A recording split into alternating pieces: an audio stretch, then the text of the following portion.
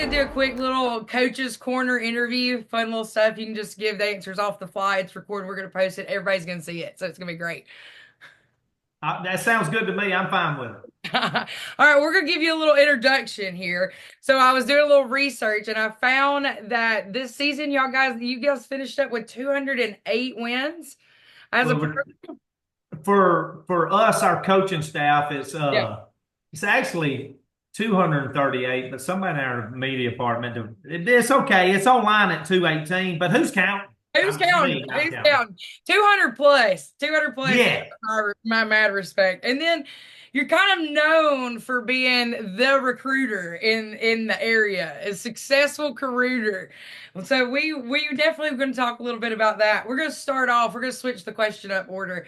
Start us off with your recruiting ick. Number one, get it out of the way. What's the ick going on right Well, now? well, first of all, I had to Google what that meant because I'm old. All right. But, when you go to the ballpark and you go to recruit a kid and you start watching, and the kid that looks like they just don't want to be there, they're not happy, or for us at Marion, nobody really grows up wanting to go to military school. They don't understand that they don't have to go in the military. That's what we're up against. Right. But for the travel ball coach that comes up to me and goes, I got the kid just for you.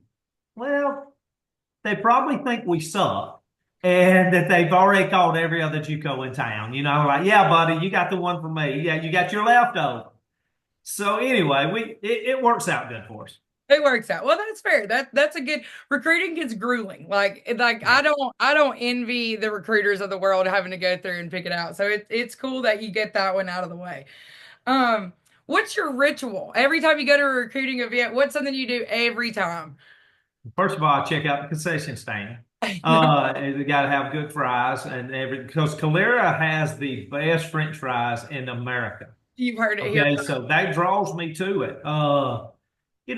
Generally we have some people we want to see at the tournament and email or people we know, but I just go around, sit around, like to talk to coaches and just check it out. I don't necessarily have a ritual. Like I carry a backpack sometimes because all coaches carry backpacks. So I just feel like I'm not very cool if I don't carry my backpack with me. Right. Number one So ritual. Concessions, generally, backpack. yeah, then I quit. Usually all it has in it is my keys, and There you that's go. it, and a Diet Mountain Dew. So I carry it just so I look like a coach sometimes. Now, Right. there are some events I'll go in plain clothes just because I just want to watch. Are you who you coach for? Nobody. Just me. But a ritual, I don't know, but I try to fit in sometimes. Well, I like it. I like it. You got to stand out sometimes. You got to fit in sometimes. You got to know when to fold them, when to hold them. I like it. Yes. I like it. All right, and a little bit of a personal touch here. Did you play sports? I know you said football, golf earlier. What did you play in high school? I played basketball and baseball. I gave football up later. So I realized that I wasn't really tall or fast enough to play basketball. Then I concentrated on baseball. I played baseball at Jeff State before most people watching this were born. In 1990 through 92. And I enjoyed every minute. I was average. I worked really hard, but I was an average player. I like the self-awareness. What would you say you brought from your athletic career as a player into coaching? This got to be hard work because whatever level you're at, you can give your best. And so if you're a starter, if you're a JUCO kid, JUCO only, if you could go higher level, just do your best and work your tail off. And if you can't do that, you're not going to be successful. Be the hardest worker in the room. Yes. Can't hate on that. Can't hate on that. All right, and your team that you have now, what is y'all's tradition? What's something that y'all do for your team that kind of brings everybody together, rallies the troops? Well, we don't have one yet. Okay. So it goes year to year. We'll figure out something. We usually wait till the spring. Like, I think it was 3 years ago, we were hitting terrible. I mean, terrible. And I didn't know somebody was recording it. I stopped at Walmart and bought a bunch of incense and I cut them and I lit them in a Gatorade bottle. And Oh, we had a seance with our bats over it. And like you can find it on TikTok, I think. I don't have TikTok. But somebody recorded it and it got a lot of views. And like we did a chant, hey, we hit 5 home runs that night in a doubleheader. It worked. It So worked. we were like, It's only there's crazy if it don't work. there's some stuff with my team last year. It started when they were freshmen. I'd always, for a joke, we were at the beach and I bought a shark's tooth necklace, so I wore it for that group. It's retired now. We hung it up. It's done its job.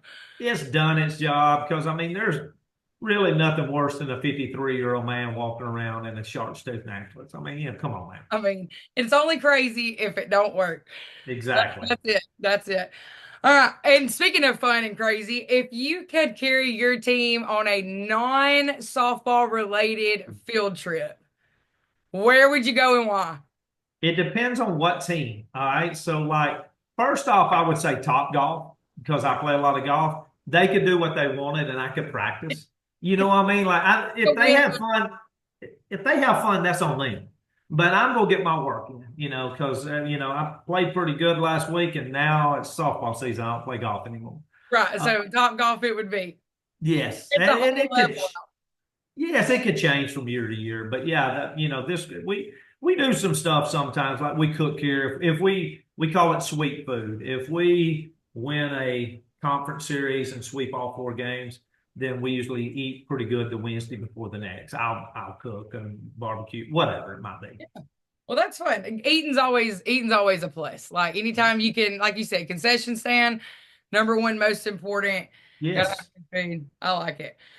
Lastly, we're going to talk to you a little bit about DC Elite. You've been involved with us for a couple years now and know what's up. What's your favorite thing about coming to the Stars Over showcases? They always have good teams and they always have a lot of coaches. And with that, no matter what level you're recruiting, whether it be a D1 or a junior college like Marion, nobody wants to go to, there's plenty of people to recruit. In the levels of play are it's a very large level of play. It's very good teams. Then you have teams that are very good, but their talent level may be JUCO, NAI. You can go at any level and recruit those tournaments, and that's what I enjoy about it. Well, we like that. We like the versatility and being able to have opportunities for everybody. And we appreciate you coming to the Coaches Corner. I feel like I learned a lot: backpack, food, recruiting, all things recruiting. And I learned how to get on Zoom again. I got on Zoom. Well, Right. like I said, I know you've been involved with us for many years, and we hope to continue that. And I appreciate you jumping on here with us and giving us a little bit of content for those to see. And look forward to seeing you again soon. Maybe next time it'll be in person and not on Zoom. Yeah. Because this will probably be my Zoom for my lifetime. But I appreciate it. All right, Zoom for 2025 done. Thank you. Appreciate it, Coach. Have a good day. Thank you, Rachel. Bye bye.